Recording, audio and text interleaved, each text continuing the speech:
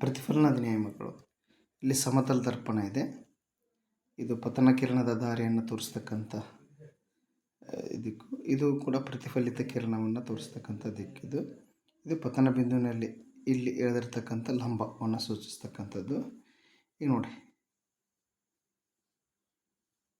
ಪತನ ಕಿರಣ ಪ್ರತಿಫಲನಗೊಂಡು ಪ್ರತಿಫಲಿತ ಕಿರಣ ಆಗುತ್ತೆ. ಸೊ ಇಲ್ಲಿ ಪತನ ಕಿರಣವು ಸಮತಲ ದರ್ಪಣ ಮೇಲೆ ಬಿದ್ದು ಪ್ರತಿಫಲನಗೊಳ್ಳುತ್ತೆ.